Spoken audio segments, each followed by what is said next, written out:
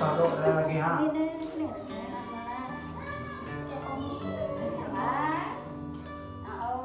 Họ ra Rộng vụ ao ra ông bà cái tin ấy cái tật lấy mình đặt Là cái buôn này cái nhá học này đâu học buôn nhà mới học đây phải là cái đây học to vụ ăn này cái lợn cái này cái này chị ta đây là họ ta đây à thì con nhà cái này ở vô chào ta đi con nào đây á đây cái cả cho ơi cái nó tự đã băng cái nó cái gì á đây mới đây mà đây nó đây ui chả chào mà mua bé thì sao đâu cho con này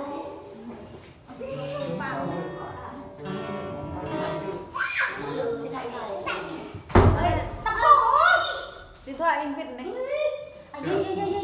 quay mà đây mà điện thoại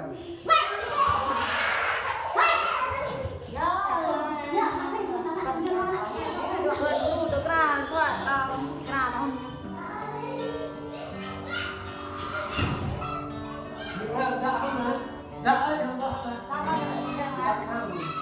à rồi nó được phụ ở quạt mà Bên đó ở đây là ở đây bọn để Gần quên nó không thấy. cào tôi nên nó hoàng đó em được thôi đây ngồi đây Tên ba tên.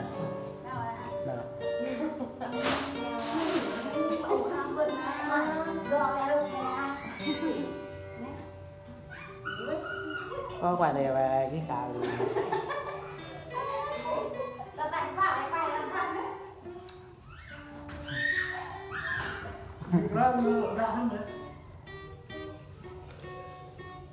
cái giặc này bằng nhà mà nó nghe mà cái nhanh gì đó về như là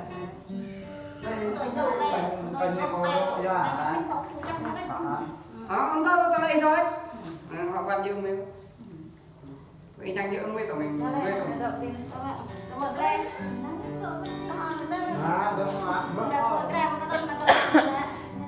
đây này video này cái mình chia ra đang đi quay về đây như quay đấy Tê ed bên á. dạ có nha họ ta Mic rên. Tê ed bên á. họ ô phải trăm trăm làm gì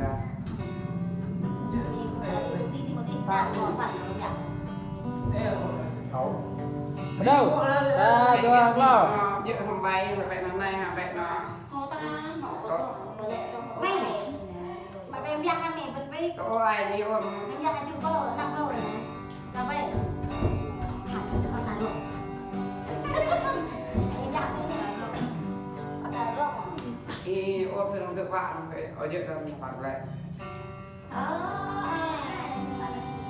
Vẹt. cái bác sĩ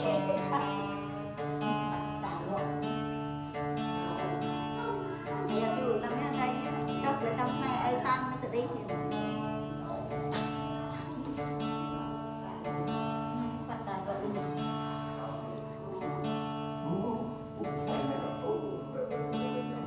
ông mẹ họ nó đặng hay mình coi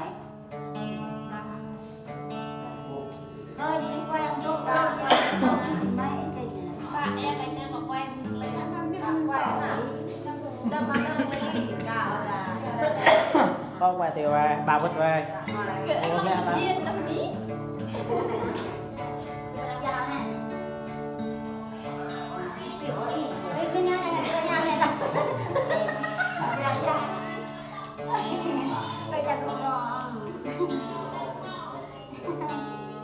cái đồng hộ này là bọn này mình nó lại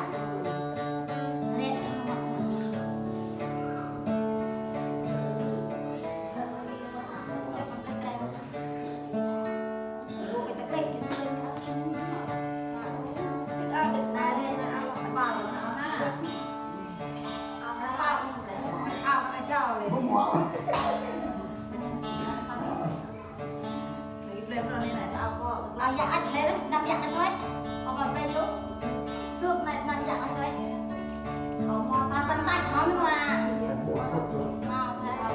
thôi thôi chị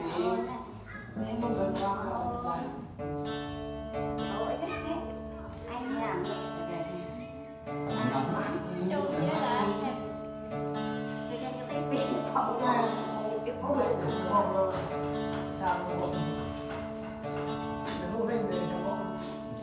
Sao ta?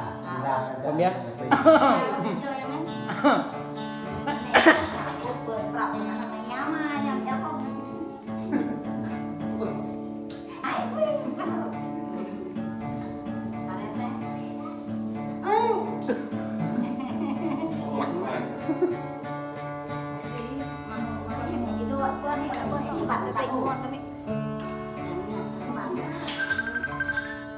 Ô đi.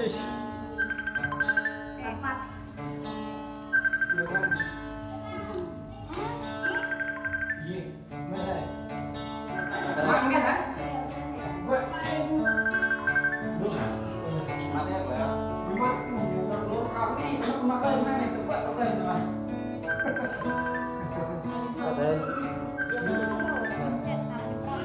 Mà cái nó ra nó bị lên. Hả? Mà mình đau thêm các bạn. Thật là mẹ bé. Quen.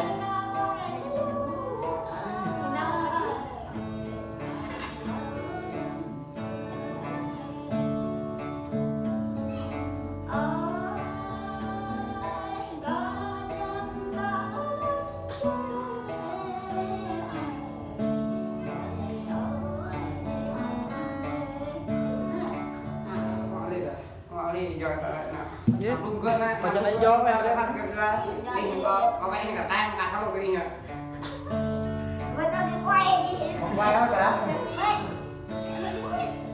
Còn bây giờ cái gì đâu không? Mày đi quay nè. Mẹ mà quên đâu. Có cái đừng đi đặt người thôi. Dạ rồi. Có làm nhắc không hả? Quá. Nó có để dập cái bọt cái nhà ấy ra mà. Hay đi ta. Rồi. Họ đi. Chị ao nó nằm. Sao Bóng có này. Giờ.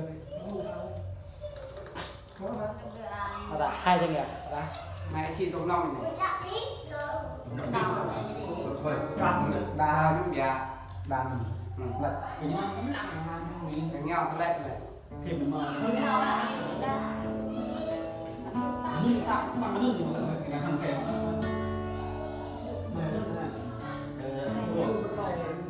tìm mà nhạt đi.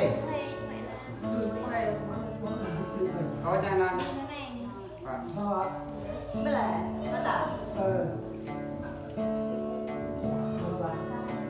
cái tiêu hả? Quá anh lệ.